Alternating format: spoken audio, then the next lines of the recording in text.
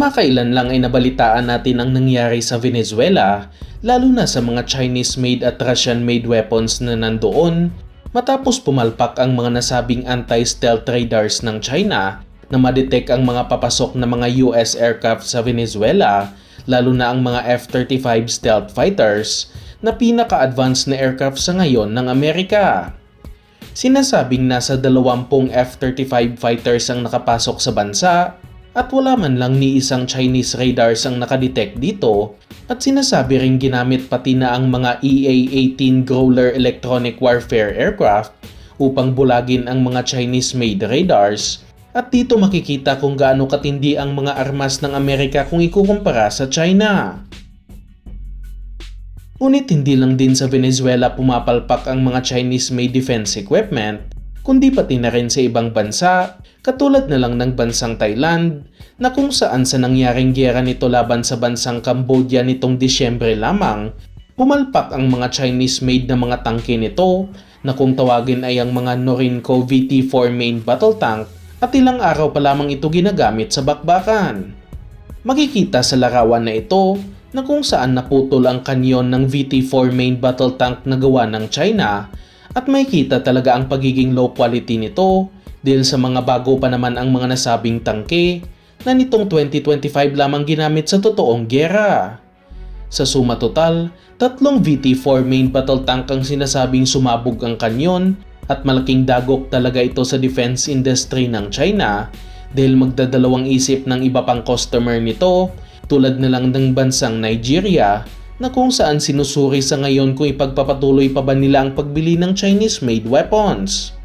Ayon sa hukbong sandatahan ng Thailand, dismayado talaga sila sa naging performance ng VT-4 sa kanilang mga operasyon dahil maliban sa pagkasira ng kanyon, nakaranas din sila ng mechanical failure sa mga naturang tangke, at naging mas maganda pa umano ang performance ng iba pa nilang mga mas makalumang tangke, katulad na lang ng mga M60 Patton na kung saan gawa ng Amerika noong 1960s at nagagamit pa rin sa ngayon,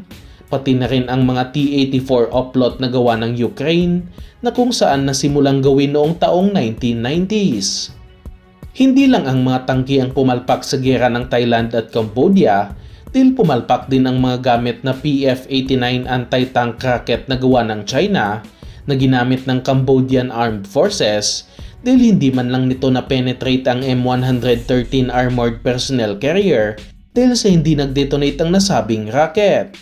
Pagdating naman sa Argentina, mistulang parang binalatan na saging ang kanyon ng kanilang tangke matapos sumabog ang bala na gawa ng China kahit hindi pa ito nakakalabas sa kanyon, at napakadelikado talaga ng mga palpak na Chinese-made weapons. Pagdating naman sa Nigeria, problemado din sila sa kalidad ng kanilang mga CSVP-3 armored vehicle na kung saan nasa 4 na po ang dumating sa kanila noong taong 2018 dahil sa madali lang umanong mapenetrate ang armor nito. At sa mga hindi nakakaalam, mayroong 4 nito ang ating Philippine Army na dinonate sa atin ng China, at nakakahiya namang hindi tanggapin ang donasyon na ito. At bago pa man nanalo sa light tank project ng Philippine Army ang Sabra light tank, isa sa tinitignan noon na pwedeng opsyon ay ang mga VT-4 main battle tank, ngunit napagpasyahan ng Army na wag itong ikonsidera dahil nakikita nila ang China bilang banta sa ating bansa, at malaki ang pasasalamat natin na ibang tangke ang nabili ng Philippine Army. May mga ilan tayong mga Chinese weapons sa ating arsenal, ngunit lahat dito ay mga donasyon lamang, at wala talagang plano ang Department of National Defense na bumili ng mga Chinese-made weapons dahil nga sa bumibili tayo ng armas na panlaban sa kanila, at parang walang kwenta kapag sa kanila pa tayo bibili ng defense equipment.